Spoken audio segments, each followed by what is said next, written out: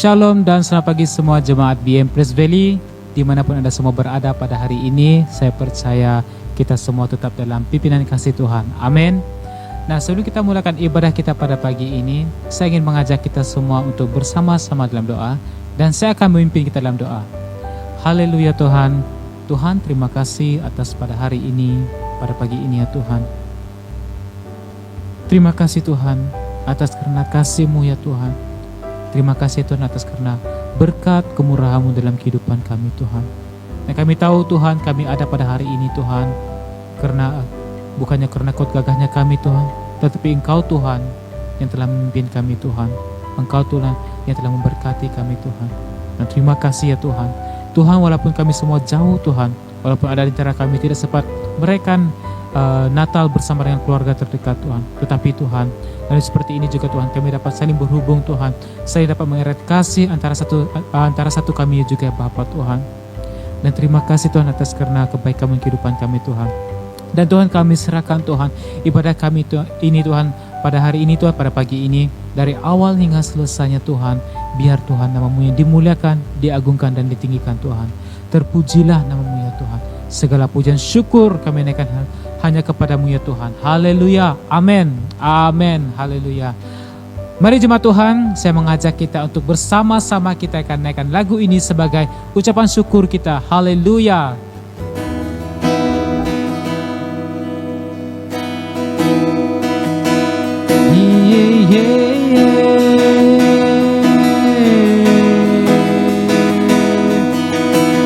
Kau sahabatku, kau saudaraku, tiada yang dapat memisahkan kita.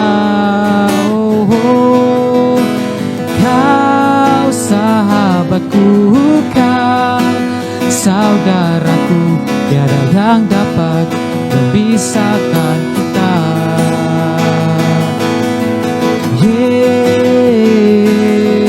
Tiada yang dapat memisahkan kita. Hari ini ku rasa bahagia berkumpul bersama saudara seiman. Tuhan Yesus, Tuhan Yesus telah satukan kita tanpa memandang di antara kita. Sekali lagi hari ini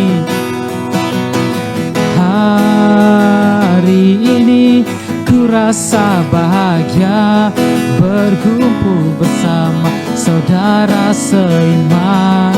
Tuhan Yesus, Tuhan Yesus telah satukan kita tanpa memandang di antara kita.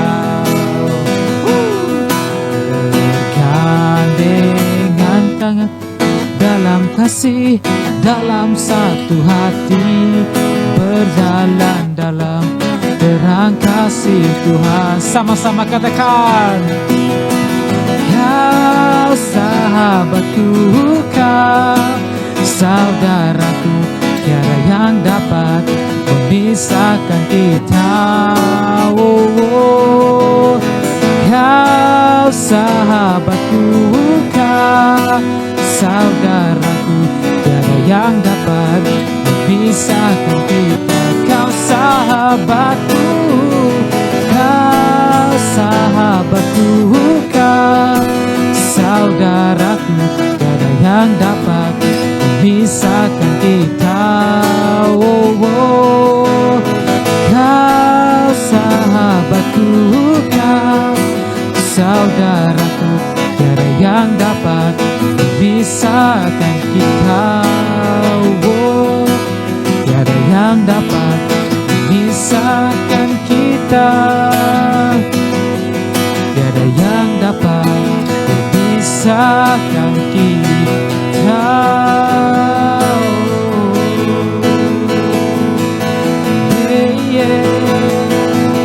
Tiada yang dapat memisahkan kita dari kasih Yesus.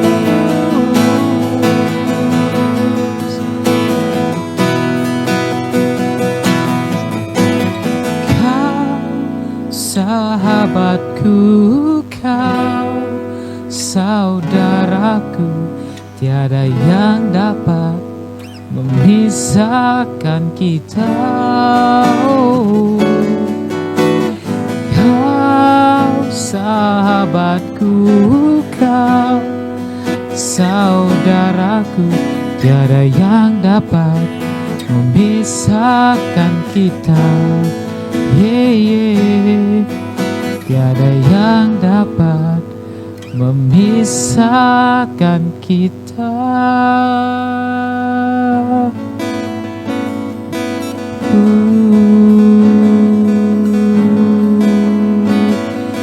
Tiada yang dapat memisahkan kita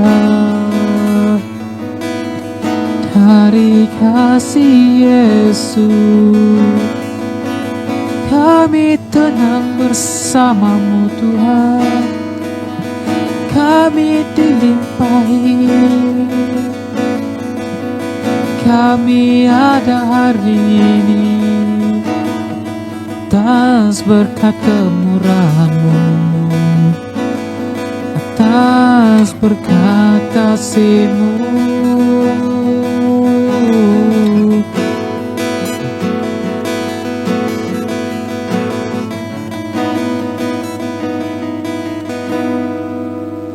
Aku ada saat ini semuanya karena kasih-Mu. Aku hidup hari ini semua berkat kemurahan-Mu. Terima kasih Yesus, Engkau sangat baik, teramat baik bagiku.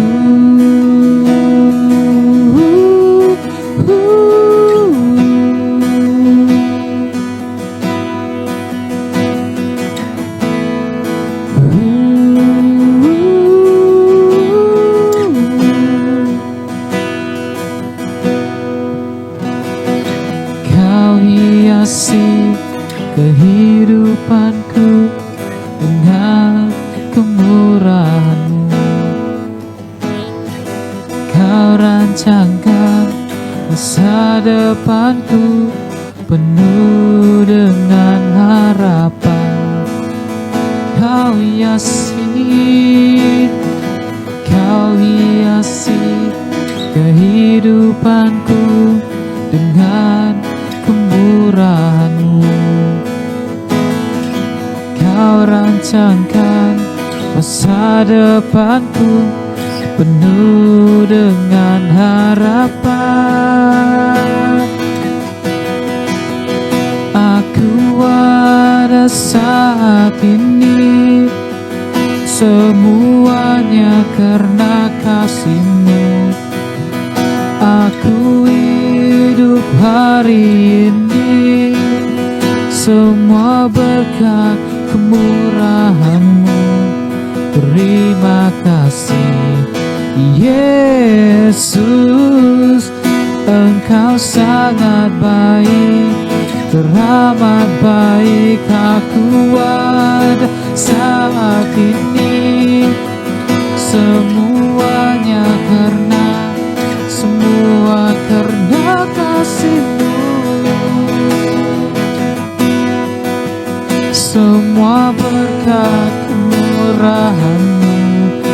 Terima kasih Yesus, Engkau sangat baik, teramat baik. Aku saat ini semuanya karena kasih-Mu.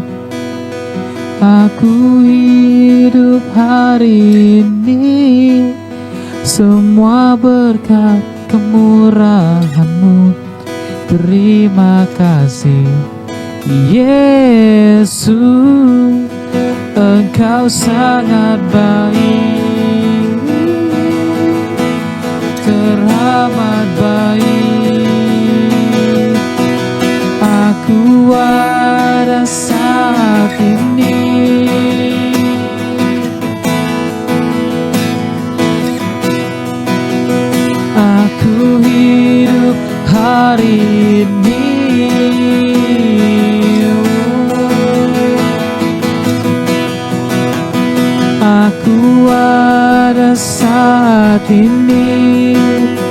semuanya karena kasih-Mu.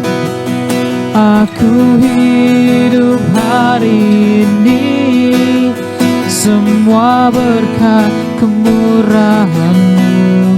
Terima kasih Yesus, Engkau sangat baik, teramat baik bagiku.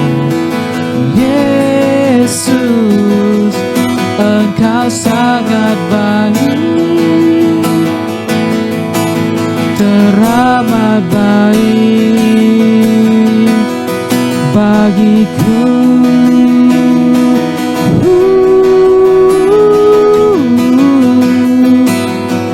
Kau sangat baik bagiku.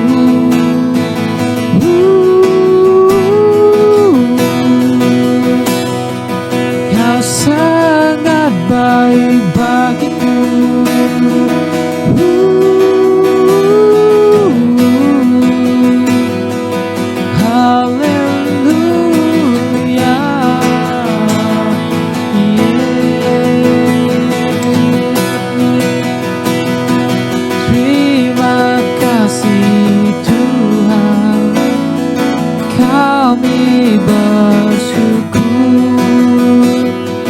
Kami berterima kasih atas kebaikan-Mu di dalam hidup kami. Kami naikkan syukur hanya padamu ya Tuhan. Oh yes Lord, terima kasih. Haleluya. Yes Lord, kami naikkan syukur hanya kepadamu ya Bapa Tuhan. Kami berterima kasih ya Tuhan atas kebaikan-Mu ya Tuhan. Oh, oh, oh.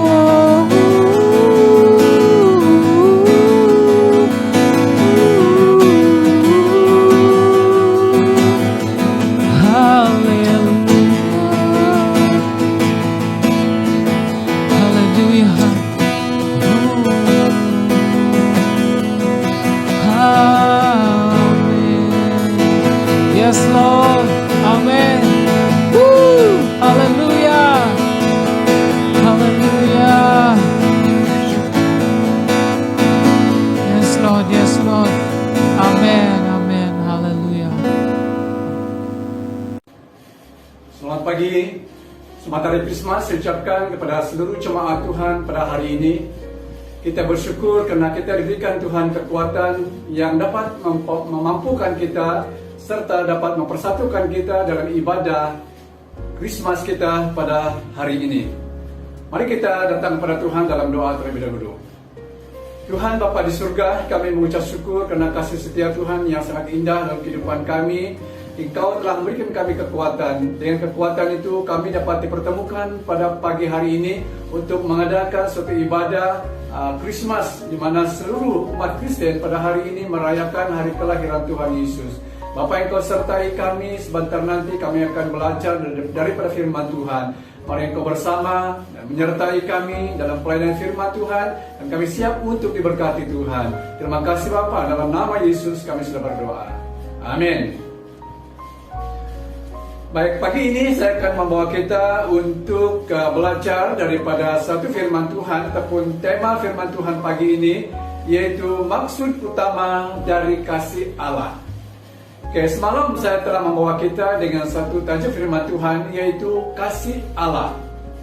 Kasih merupakan satu sifat daripada Allah, di mana kita telah melihat bahwa sifat kasih Allah itu dikatakan sungguh besar, dan sifat kasih Allah itu luas sehingga dapat menjangkau semua orang.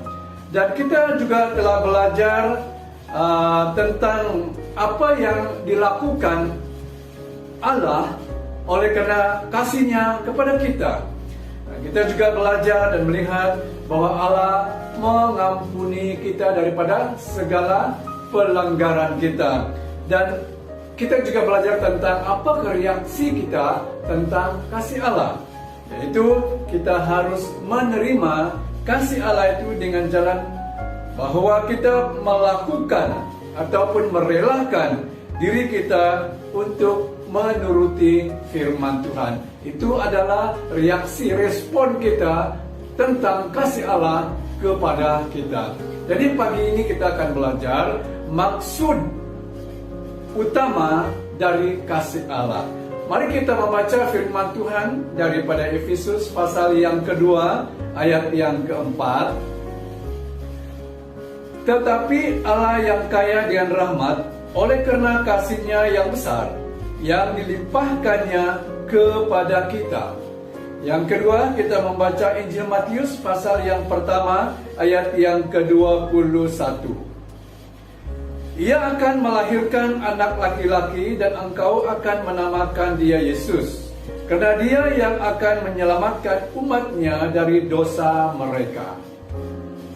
Jemaat yang dikasihi oleh Yesus Kristus,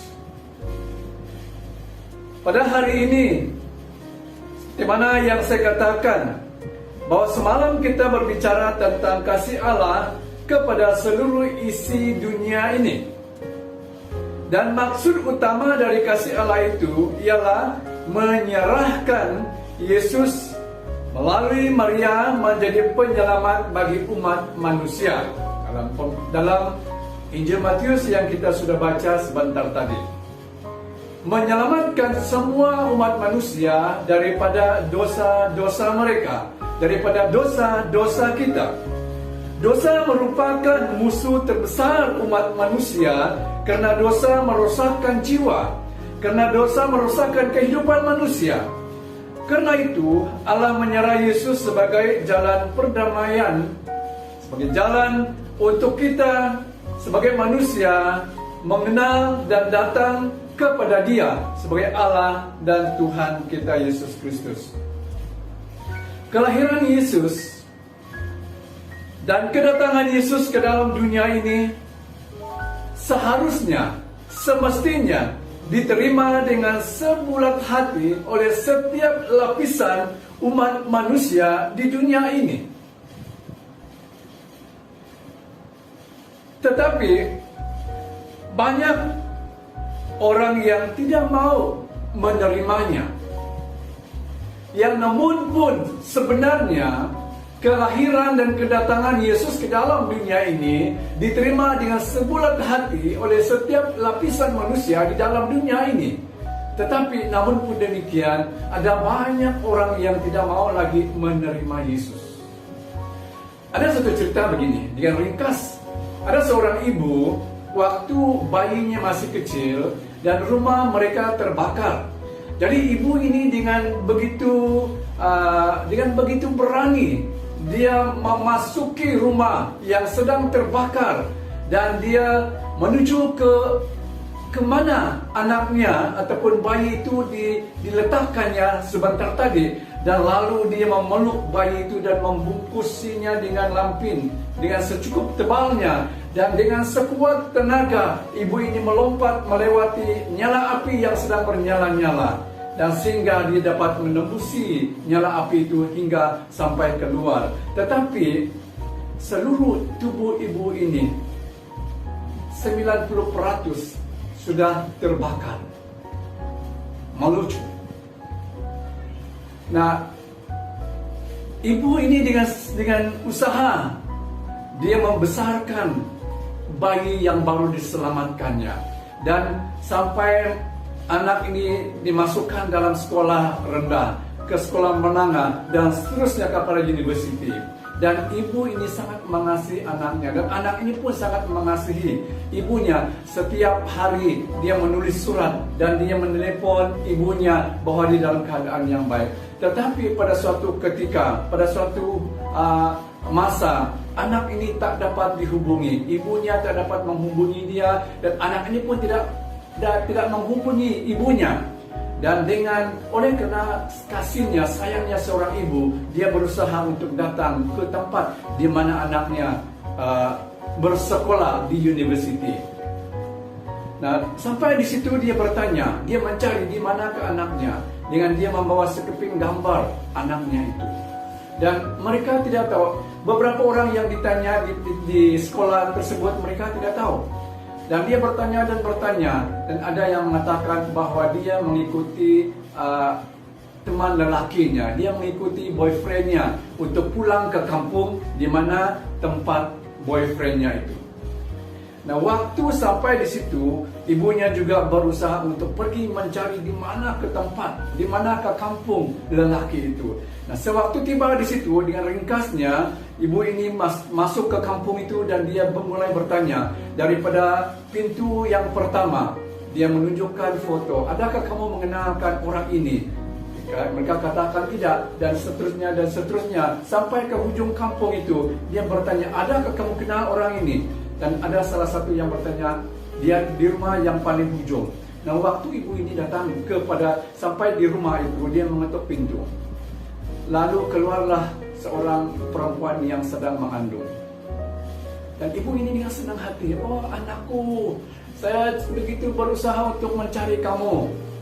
Dan tidak lama kemudian keluarlah seorang lelaki. Dan lelaki itu bertanya, siapa orang ini? Lalu anaknya menjawab, lelaki dan suaminya itu, saya tidak kenal siapa dia ini. Lalu ibunya mengatakan, saya adalah ibumu, kamu adalah anakku. Dan dia menunjukkan gambar itu. Dan anaknya tidak mau mengaku karena dia malu melihat muka ibunya yang tidak lagi cantik. Oleh karena seluruh tubuhnya terbakar waktu menyelamatkan anaknya waktu masih kecil. Jemaat yang dikasihi oleh Tuhan Yesus Kristus, sudah pasti kisah ini menyedihkan bagi setiap kita. Tetapi itulah yang juga dialami oleh Tuhan Yesus, bahwa Yesus diberi oleh Allah supaya menyelamatkan kita daripada dosa-dosa kita. Tetapi banyak di antara kita yang menolak Dia. Dalam Alkitab, kita dapat melihat beberapa penerimaan orang terhadap kelahiran Tuhan Yesus Kristus. Yang pertama, yaitu orang Majus. Orang Majus, kita membaca daripada Injil Matius, pasal yang kedua, ayat yang ke-11. Maka masuklah mereka ke dalam rumah itu dan melihat anak itu bersama Maria ibunya, lalu sujud menyembah Dia. Mereka pun membuka tempat harta bendanya dan mempersembahkan persembahan kepadanya, yaitu emas, kemenyan, dan mur. Nah, ini berbicara tentang orang Majus. Orang Majus menerima Yesus sebagai raja orang Yahudi. Orang Majus, suatu golongan keagamaan yang terpelajar. Mereka mengkhususkan diri kepada astrologi, ilmu nujum, ataupun ilmu ramalan yang berdasarkan bintang-bintang. Ilmu kedokteran dan ilmu pengetahuan tentang alam. Orang Majus, ataupun yang kita katakan saintis. Nah, mereka ini sewaktu telah melihat bintang, sewaktu mengetahui bahwa ada seorang bayi yang dilahirkan yang akan menjadi raja bagi orang Yahudi, dan mereka pergi dan mereka menerima Yesus sebagai raja. Apa yang kita lihat di sini, mereka dengan berusaha mencari di manakah anak yang baru lahir itu. Mereka datang sewaktu mereka pergi dan mencari dan telah menemui bayi itu, lalu mereka sujud dan menyembah Dia. Mereka mempersembahkan persembahan kepadanya. Suatu perkara yang sangat tidak masuk akal bagi kita manusia. Baru seorang bayi yang telah dilahirkan, dan orang-orang saintis datang untuk sujud menyembah dia. Mengapa? Sebab mereka menerima dia sebagai raja orang Yahudi. Lalu mereka mempersembahkan persembahan kepada anak yang baru dilahirkan itu. Persembahan mereka yaitu emas, kemenyan, dan mur. Ini adalah harta yang sangat berharga pada waktu itu. Dan itulah yang dipersembahkan orang Majus kepada bayi yang baru dilahirkan itu, yaitu Yesus yang akan menjadi raja kepada orang Yahudi. Lalu yang kedua, kita membaca Injil Yohanes pasal yang ketiga, ayat yang kedua. Ia datang pada waktu malam kepada Yesus dan berkata, "Rabi, kami tahu bahwa engkau datang sebagai guru yang diutus Allah, sebab tidak ada seorang pun yang dapat mengadakan tanda-tanda yang engkau adakan itu, jika Allah tidak menyertainya." Yang kedua yang kita lihat di sini, yaitu Nikodemus. Nikodemus menerima Yesus sebagai guru yang baik. Nikodemus adalah seorang Farisi, pemimpin agama Yahudi. Pemimpin agama Yahudi. Dia menerima Yesus sebagai guru yang baik. Kita tahu tugas seorang guru yaitu mengajar, mendidik, dan menambah pengetahuan kepada orang yang diajar. Jadi Yesus sebagai guru menurut Nikodemus, karena dia mengatakan tidak ada orang lain yang dapat mengajar seperti apa yang diajar oleh Tuhan Yesus. Sebagai guru, Yesus pernah menggemparkan ahli-ahli Taurat waktu dia berumur 12 tahun karena ajaran-ajarannya. Waktu dia memberi suatu ajaran, orang terheran-heran mendengar ajarannya. Dan tidak ada ajaran seindah ajaran Yesus. Maka itu Nikodemus mengatakan bahwa Yesus adalah guru yang baik. Nikodemus menerima Yesus sebagai guru yang baik. Nah, lalu yang ketiga, kita membaca Injil Matius. Injil Matius pasal yang kedua, ayat yang ke-16. Ketika Herodes tahu bahwa ia telah diperdayakan oleh orang-orang Majus itu, ia sangat marah. Lalu ia menyuruh membunuh semua anak di Bethlehem dan sekitarnya, yaitu anak-anak yang berumur 2 tahun ke bawah, sesuai dengan waktu yang dapat diketahuinya dari orang-orang Majus itu. Yang ketiga, penerimaan Herodes tentang kelahiran Yesus ke dalam dunia ini, yaitu Herodes menerima Yesus sebagai pengganggu.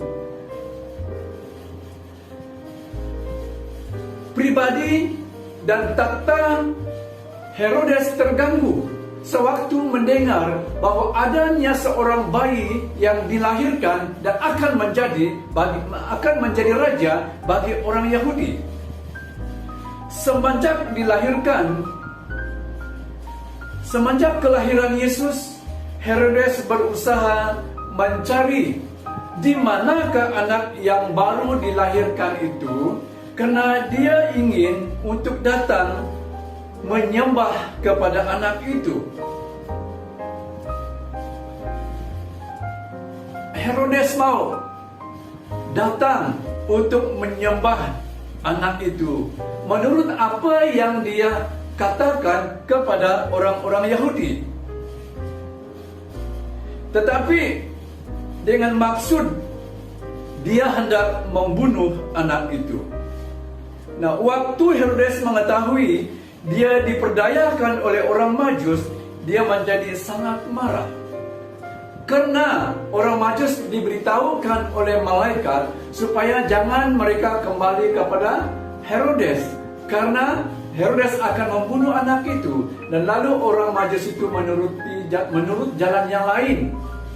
Nah, mendengar hal itu, Herodes sangat marah, dan sehingga dia memberi perintah untuk membunuh semua anak-anak yang berumur 2 tahun ke bawah. Karena umur Yesus pada waktu itu kira-kira 2 tahun ke bawah, berarti termasuklah Yesus akan dibunuh. Tetapi karena malaikat telah memberitahukan kepada orang Majus supaya jangan kembali kepada Herodes, ataupun supaya mereka melalui jalan yang lain. Nah, anak yang tidak berdosa menjadi korban.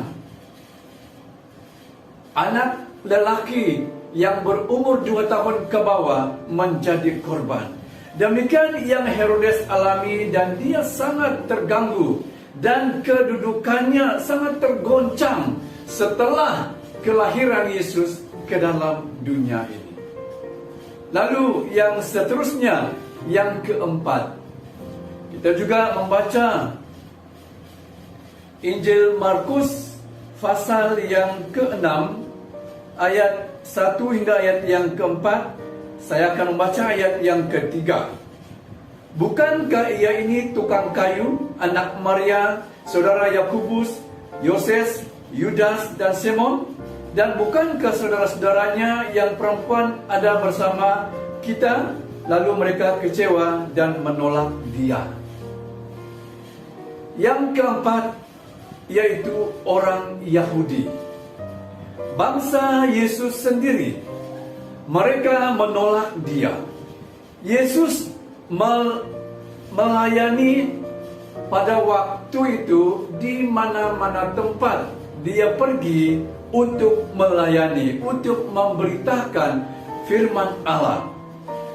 Dan tibalah masanya untuk dia kembali ke tempat asalnya dan tempat lahir, dan ia dibesarkan. Kembali ke tempat asal itu adalah suatu keadaan yang sangat menggembirakan kita.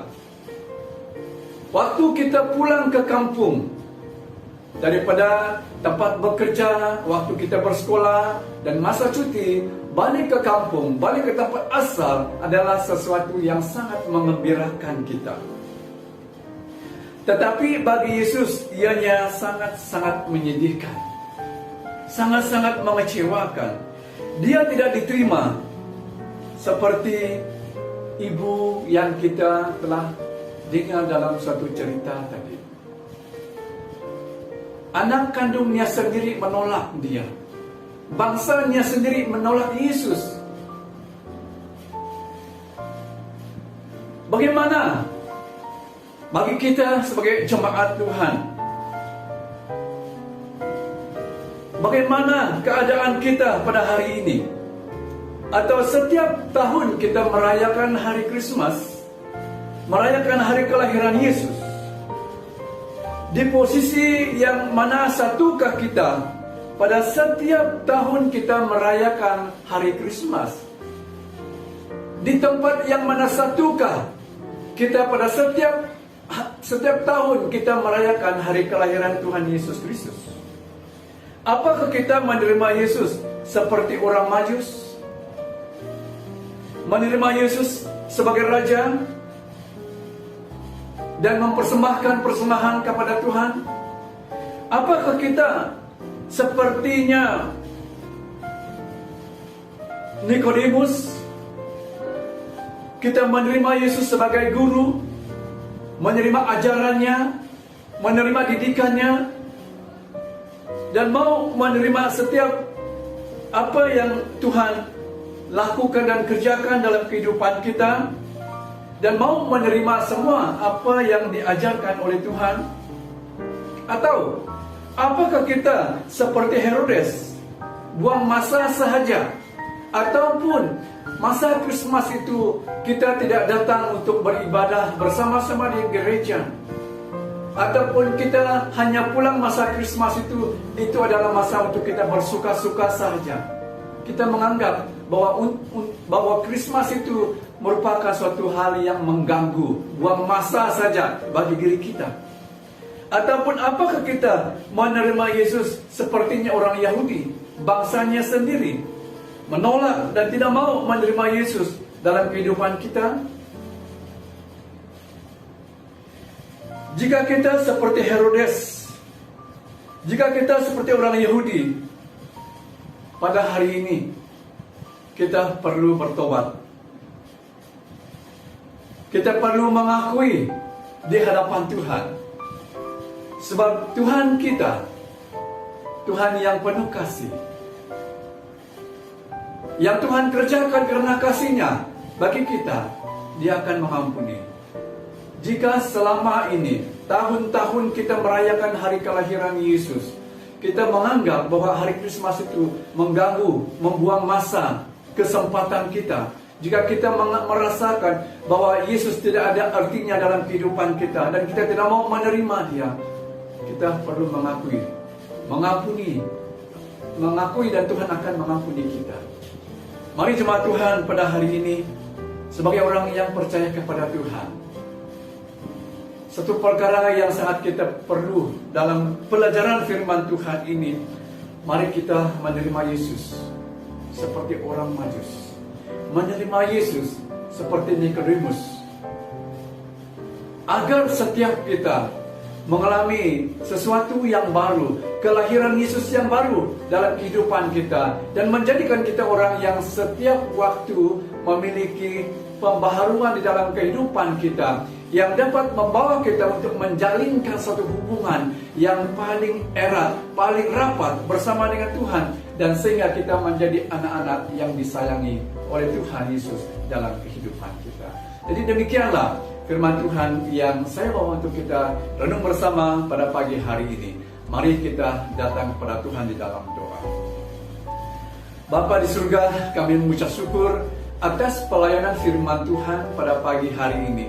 Kami doakan untuk seluruh umat Kristen di seluruh dunia hari ini merayakan hari kelahiran Tuhan Yesus Kristus.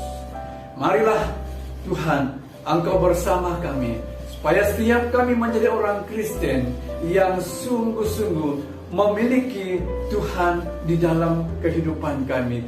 Biarlah di hari Natal ini kami mempersembahkan persembahan yang terbaik daripada kehidupan kami kepada Engkau yang adalah Raja di atas segala raja.